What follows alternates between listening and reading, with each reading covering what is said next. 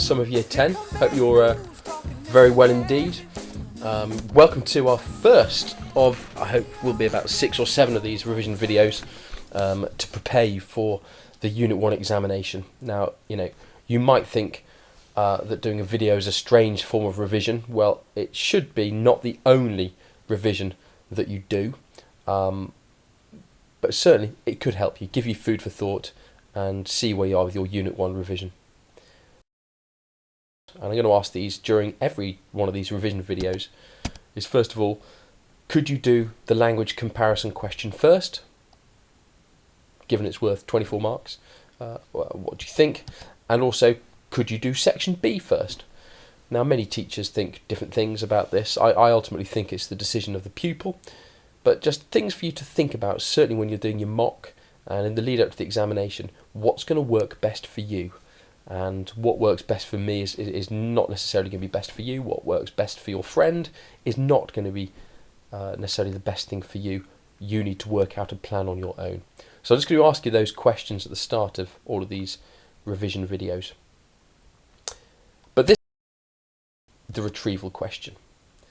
Okay, part of section A, and it's a particularly straightforward question, one that actually you need to motor through very quickly and learn ways in which you can get 8 out of 8 straight away. So you should spend 12 minutes on this question. Once you've done all your annotations, it should be 12 minutes writing, off you go. It's worth 8 marks.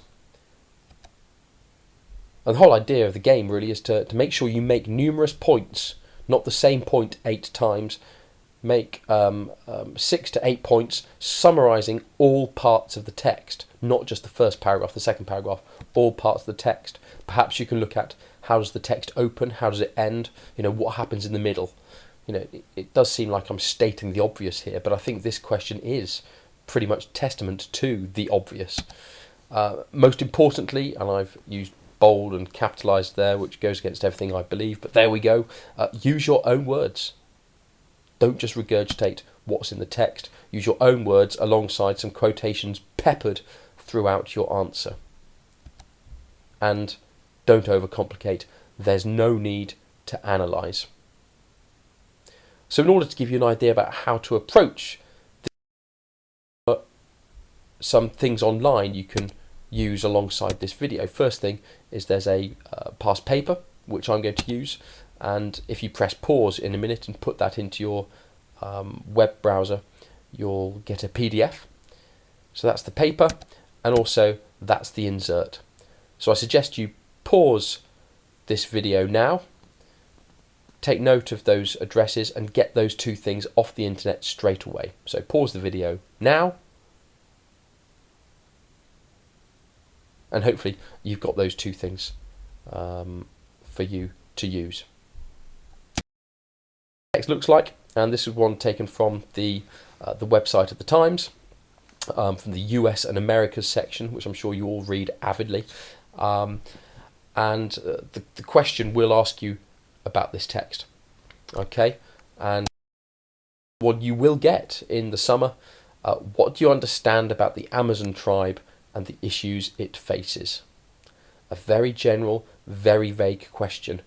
At all points during this exam, ask yourself the question, what does the examiner want to see from me? Well, the examiner wants you to summarise the text in your own words, peppering points with quotations. So what I thought I'd do is, if you want to write down that question, so press pause again, write down the question. What I thought I'd do, and then I'd take you through how I would annotate it. Images bring life of lost Amazon tribe into sharp relief.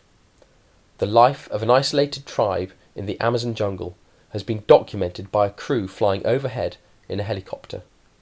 The pictures show in vivid detail gardens for maize, sweet potato, pumpkins, bananas and peanuts. Cotton is also grown. The men in the photos have cotton waistbands and some have headdresses. The Brazilian Indian Affairs Department has evidence of 29 uncontacted tribes, peoples who have no contact with the outside world in the Amazon, but believes that there could be up to 70. One theory is that tribes like this moved nearer to the head of the Amazon River 100 years ago to escape a rubber production boom that enslaved many Indians. The tribe of 3,000 to 4,000 near Brazil's border with Peru are hunter-gatherers. The men, their bodies decorated with red dye, are armed with bows and arrows. They're not people who live by the river. They don't have intimacy with water. They're people from deep in the forest, and they have agriculture, said Jose Mireles, who was in the helicopter when the images were taken last June. The helicopter was more than a kilometre away. It's not permitted to fly above. It's aggressive, and we try to do the minimum amount of damage, he said. Survival International, the group dedicated to tribal peoples, released the images yesterday for its Uncontacted Tribes campaign. The tribe was first spotted in 2008, but had never been seen in such clarity. The detail is really clear. In the photos you can see they are remarkably healthy. You can see their gardens, their baskets full of manoic, a tropical plant from which they get flour, said Fiona Watson, Research Director and Brazil campaigner of Survival International. A lot of the uncontacted people are basically survivors who have managed to escape being colonised. They know they will only survive if they remain isolated from the outside world. It's almost certain they'll have their own language. We believe they may be part of a larger Indian group. The images show a machete and a metal cooking pot that the tribe may have got from other Indians who, in turn, have had contact with loggers or raided logging camps. Contact with the outside world is invariably disastrous for an isolated tribe. Illnesses, such as the common cold, can kill up to 50% of its population. Since 1987, the Brazilian government has had a policy of no contact with such tribes, but the tribe's isolation is increasingly threatened. Okay, well, lots of things in there, but what you need to be doing is actively reading and picking out the things that you need. So here's a few things. Firstly, I would highlight the fact it's an isolated tribe. They are on their own. It's the first thing that we understand about them. They have no contact with the outside world. Then I'd be putting things like, look, they clearly are self-sufficient. They can grow things on their own. They don't need the outside world. They have cotton as well. That's really very important. So I'm learning quite a lot about them straight away, and I'd pepper these points throughout my answer. I'd then talk about the idea that actually we learn, or one theory is that they moved there 100 years ago, perhaps to move away from this rubber production boom that enslaved many Indians. What else do I learn about them? Well, they're hunter-gatherers and they have bows and arrows. I learned that about them. They're clearly very primitive people in terms of what we expect from the position of a modern world. They don't live by the river. They have agriculture, which shows that they're fairly civilized. They have farming, but they clearly come from deep in the forest and don't live on the river as a lot of these tribes tend to do. We're told that they're remarkably healthy, which shows that they live a pretty good life. They're self-sufficient. Okay, they escape being colonized, and they know they will only survive if they remain isolated from the outside world. And then one of the main issues is, contact with the outside world is disastrous, obviously because of these diseases. So there's lots of points that I could have picked out. You'll notice I haven't picked out everything because that is not summarising. I cannot pick out everything. But so here's an answer created.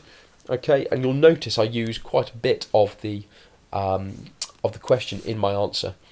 See what you think. I'll read it to you. We understand that the tribe is isolated and lives in the Amazon jungle, perhaps making them and this story unique. We understand that they grow food and wear cotton, telling us that the tribe is self-sufficient and doesn't need the outside world.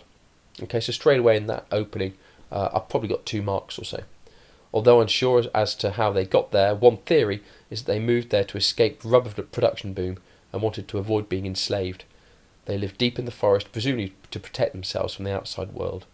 Okay, so peppering points through, summarising. We understand that they have agriculture, telling us that they can provide for themselves. We are told that they look healthy, telling us that their way of life provides for them adequately. We are told that there could be as many as 70 of these tribes, and they'll only survive if they remain isolated from the outside world. One of the main issues could be fatal diseases that the outside world could bring them. We understand that they have been protected since 1997, and their isolation is endangered and threatened. So you'll see it's a summary. It's retrieving necessary information, putting it more or less into my own words, and getting 8 out of 8. It's very straightforward. do not spend too long on this question. It is only worth 8 marks. So let's just go over some. 12 minutes on the question, it's worth 8 marks. Make numerous points, summarising all parts of the text. How does the text open and end? What about the middle? Use your own words where possible. Pepper your points with quotations, and there's no need to analyse. So look, very, very best of luck with the retrieval question. It's very straightforward. Again, things I want you to think about, is it worth actually starting on question 4, because that's where most of the marks are, and then going back to question 1, 2 and 3, which have less marks for them. Things for you to think about, but this is very, very straightforward, and if you'd like any past papers, do come and see me or any of the English faculty, and we'll see what we can give you. All the very best. Do keep in contact.